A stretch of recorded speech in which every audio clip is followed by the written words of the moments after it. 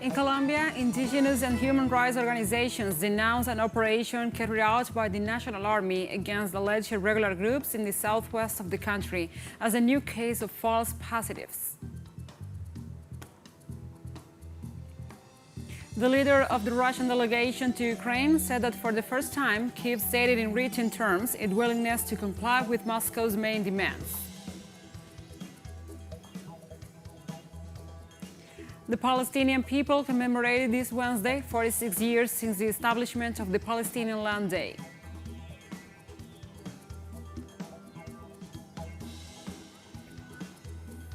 From the headquarters of TeleSUR English in Caracas, Venezuela, this is From the South. I'm your anchor, Gladys Quesada, and we begin with the news. Stay with us.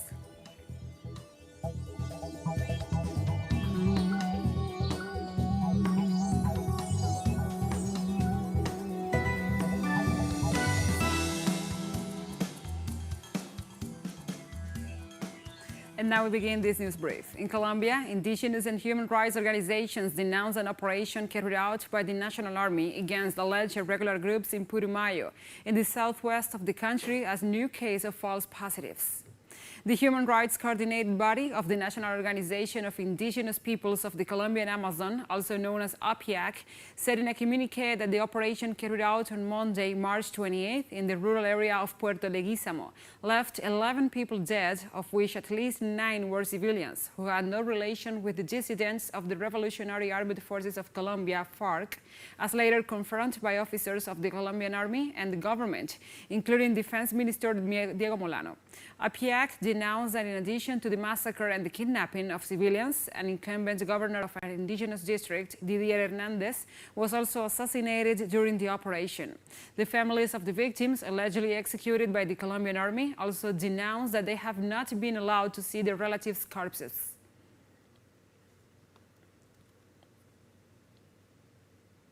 In Colombia, after the announcement of the full list of presidential candidates and their respective running mates, the first debate of the vice presidential contestants played out on Wednesday.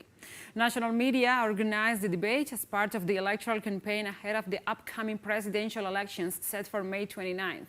In this context, the National Civil Registry carried out a draw that defined the location of the presidential duos in the electoral card. At the same time, the public authority announced the redesigning of the format for the counting the votes, which showed inconsistencies during the elections of March 13th. We believe that today the historical pact is willing to dialogue with all possible actors in order to be a force for change, a force that bets on life, peace, social justice, human dignity. I still think that we have to transform the neoliberal model that has Colombians suffering from hunger. I still think that we have to transform this model because today humanity is at risk. Facing the environmental crisis means recognizing that there is an industrial model that destroys the big house and needs to be transformed. Meanwhile, Luis Alberto Murillo, the vice presidential candidate for the Centro Esperanza coalition, said that the country is waiting for solid proposals based on the new economic and world order. What people are looking for and here, it is that we propose practical solutions, and those practical solutions must be based on the new global economic order that exists and one that we have been suggesting, which has to be based on our natural assets. In Brazil, the second and last day of the International Meeting on Democracy and Equality, organized by the Puebla Group, continues. The event is focused on the fight against inequality in the region derived from the growing concentration of wealth sponsored by conservative governments. During 2 days of discussions, speakers from Spain, Colombia, Brazil, and other countries discussed the future of Latin America in the post-pandemic world scenario, the effects of the conflict in Ukraine, and the mechanisms to be promoted to reduce inequality, among other topics. For the closing of the event, former Brazilian President Luiz Inácio Lula da Silva is expected to give a speech on the future of Latin America. The Puebla Group was founded in July 2019 in the Mexican city of the same name during a period of political resistance in the midst of the coup d'etat and the dismantling of the regional union effort.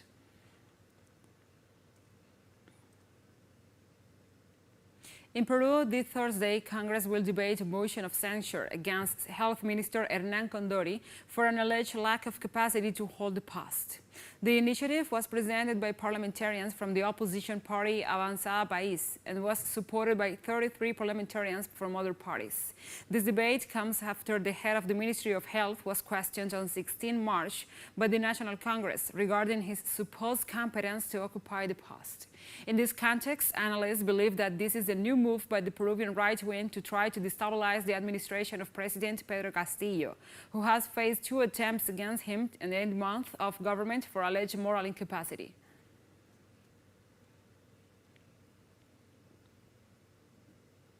In Haiti, thousands of people took to the streets to protest against the criminal violence that is hitting the nation. The protesters mobilized along the main thoroughfares of the city of Les Cayes, the country's 3rd largest town. With songs and slogans, the demonstrators rejected the government of Prime Minister Ariel Henry and demanded his resignation. During the mobilization, a group of demonstrators invaded the runway of the Les Cayes airport. The incident generated clashes among armed gangs and the army, causing the death of 1 soldier and several wounded by bullets. Official reports indicate that after the assassination of President Jovenel Moïse in July 2021, the organized criminal activity increased, affecting the country's economy.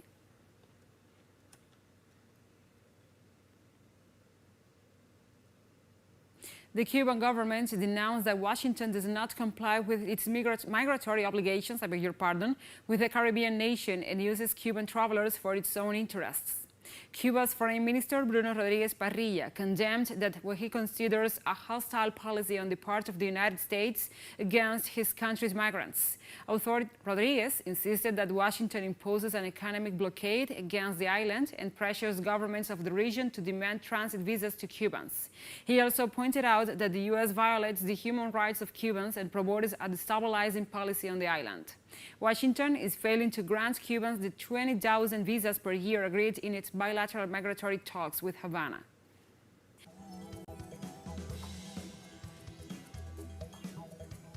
We'll take a short break now. Join us again after this.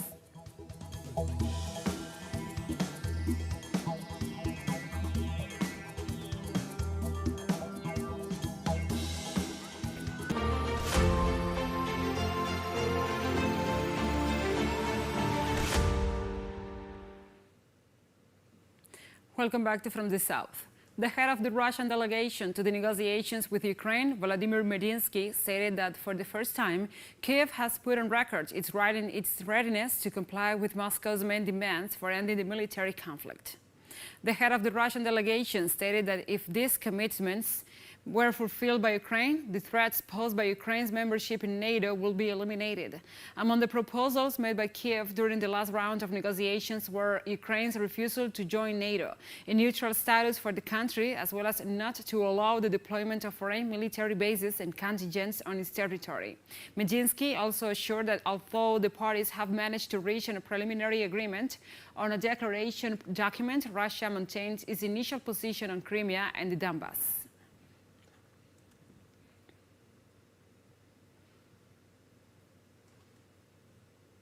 And Russia reaffirms that it is clear about the concept of state security and has called on the United States government to stop politicizing the nuclear security dialogue. Also reiterates that the Russian military does not interfere in the activities of the Ukrainian power plant personnel. Once again, the Russian authorities have demonstrated that the military deployed in nuclear power plants are limited to safety and security talks. In the context, the Russian ambassador to Washington, Anatoly Antonov, called on the White House to return to professional and non-political dialogue on nuclear security. The diplomatic representative assured that the accusations of Russian intervention in nuclear power plants are only intended to transfer the Russian-phobic rhetoric to multilateral platforms.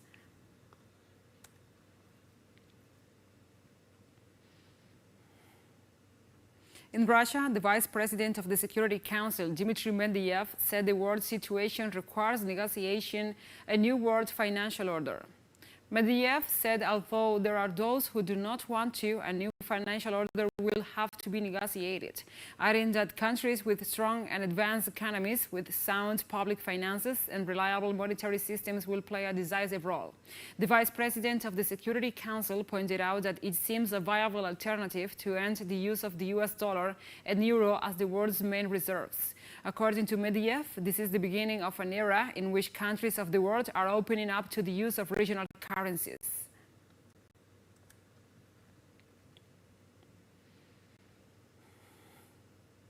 In Spain, the National Statistics Institute reported an annual inflation rate of 9.8%.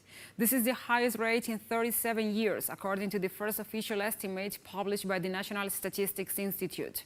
The rise in prices is generalized, although electricity, whose average price on the wholesale market this month is 288.77 euros per megawatt hour, is one of the determining factors. Fuels and oil are also on the rise since the beginning of the conflict between Ukraine and Russia. The Spanish government adopted a direct aid plan worth 6 billion euros so that companies and individuals can alleviate the increase in prices. Today we have found out the rate of inflation. It is a bad figure which affects our economy, our society, and especially the most vulnerable. A 73% rise in prices is explained by the runaway energy prices, unprocessed food prices, and on top of all that is aggravated by Ukraine war. And China plans to increase their fossil fuel output to shore up domestic energy supplies and stabilize fuel prices in light of turbulence in the global market triggered by the Ukraine-Russia crisis. On March 8th, Brent crude hit $128 per barrel, while the U.S. West Texas Intermediate was traded at $124 per barrel.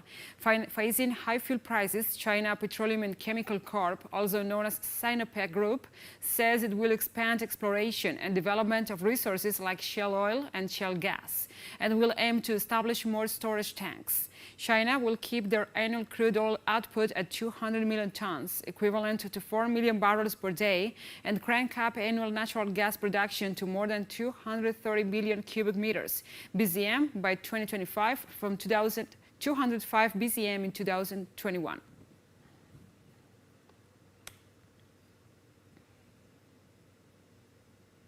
U.S. President Joe Biden and President Volodymyr Zelensky discussed over the phone Wednesday additional capabilities to assist the Ukrainian military. The U.S. president reportedly told Zelensky that the United States will provide the Ukrainian government with $500 million in direct aid as Kyiv battles the Russian forces. Zelensky said some 20,000 people are believed to have been killed since the Russian special military operation began on February 24th, although the number of casualties could not be independently verified. The two heads of state also talk about targeted defensive support, a new package of strengthened sanctions, macro, financial, and humanitarian assistance. Ukraine and Western powers have cast doubt on Russia's pledge to reduce military activity around Chernobyl and the capital, Kyiv, made during face-to-face talks in Istanbul on Tuesday.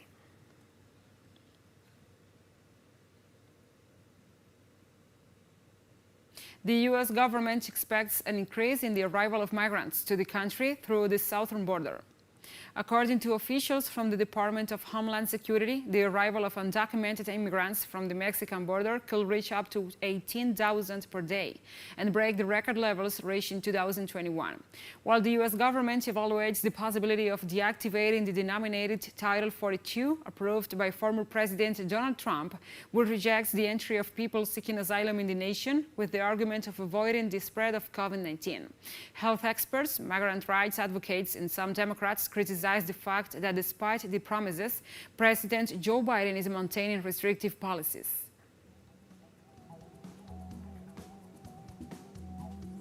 And we have more news coming up after a final short break, so stay with us.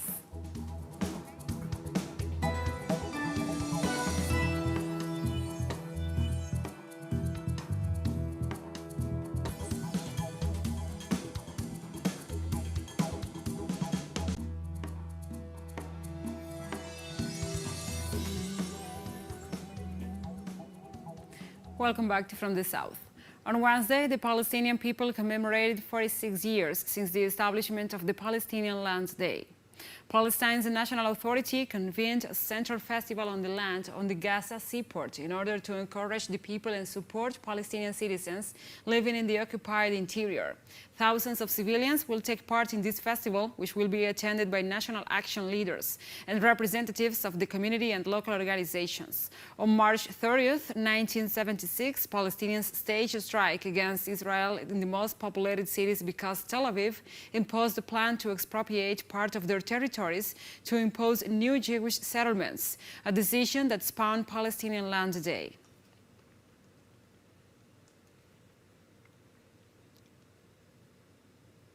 A delegation from the International Monetary Fund, IMF, has arrived in Lebanon to engage in talks with Lebanese President Michael Aoun to try to aid the nation in dealing with a huge economic crisis. The government expects to receive a rescue package to overcome a crisis started in 2019 and which has launched a great percentage of the population into a situation of despair. The IMF has expressed that after their last visit last month, they have been able to witness progress towards an aid program, but still hope for more work on the reform front. Lebanon's leaders are confronted on diverse internal matters and need to get to a consensus on a way to deal with their domestic situation. Prime Minister Najib Mikati has explained that these talks are mandatory if the government wants to find a solution to the crisis.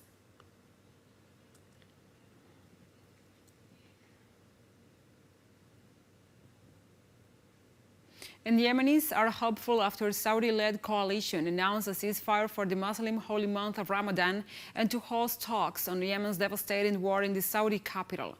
The week-long discussions in the Saudi capital are hosted by the Six-Nation Gulf Cooperation Council headquartered there and include the United Nations envoy Hans Grundberg and Washington's Tim Lederkin. The truce that was announced by the Saudi-led coalition is a good step on the way to achieving peace and ending the war. We hope that it will be a permanent one, and not only during Ramadan. I wish that the siege on Yemen will be lifted and that the airports will be opened. We have suffered from the horrors of war. Hopefully, the coalition will be sincere in its call for a truce during the month of Ramadan, and hopefully it will go on for the coming years. They have to find a solution and end the war because it has exhausted the Yemeni people. Now we move on. In Syria, President Bashar al-Assad decreed this Wednesday the law number 16, defining torture as a national crime. The president enacted the new legislation as a method of responding to the constitutional obligations of the Syrian state, which prohibits the torture of any person in the country. In this context, the law states that the man, woman, or child involved in any activity or torture inflicted for any purpose shall be punished with imprisonment for not less than 8 years, and at least 10 years for anyone who commits torture against an employee exercising his or her duties.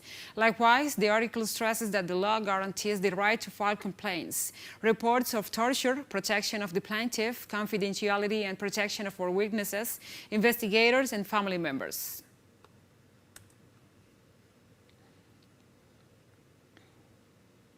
South Africa's President Cyril Ramaphosa and his cabinet are facing a vote of no confidence on Wednesday in the National Assembly over several allegations raised by the opposition. The official opposition party, the Democratic Alliance, raised the motion in February this year, arguing the ruling African National Congress Party has failed to bridge the economic divide in the country since the end of the apartheid. The DA parliamentary chief, Natasha Mazon, said in a statement that President Ramaphosa's government had the opportunity to develop the economy by fostering local and foreign investments. Instead, said Mazon, Ramaphosa's administration allowed infrastructure to degenerate almost beyond repair. Ruling ANC officials rejected the claims, stressing everyone is working hard to reverse the legacy of apartheid by introducing policies to favor disadvantaged communities, as well as offering housing, among other aids. However, the cabinet insisted that these programs won't fully reverse apartheid's brutal legacy in a short period of time.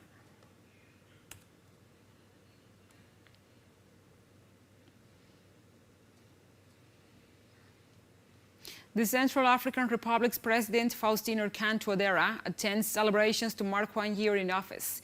During his speech, he highlighted his administration's achievements, especially in the economy and security areas.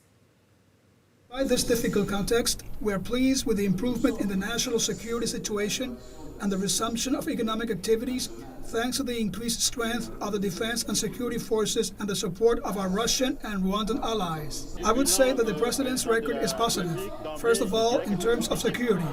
At the time, no one could go on to the provinces, but today there is security.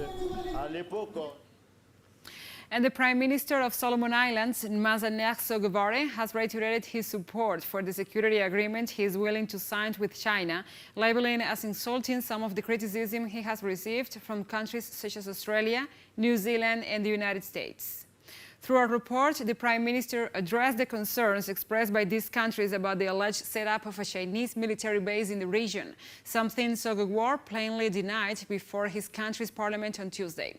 He also discarded any pressures from his Chinese ally regarding the security agreement they had scheduled to sign. The Prime Minister also said China does not represent a threat to the security in the region and said that the security treaty signed with Australia will remain in force.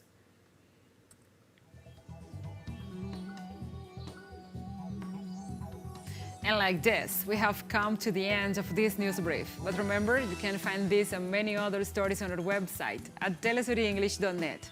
And also, if you feel so inclined, please join us on social media for all the latest news. We are on Facebook, Twitter, Instagram, and Telegram. For TeleSUR English, I'm your anchor, Gladys Quesada. Thank you for watching.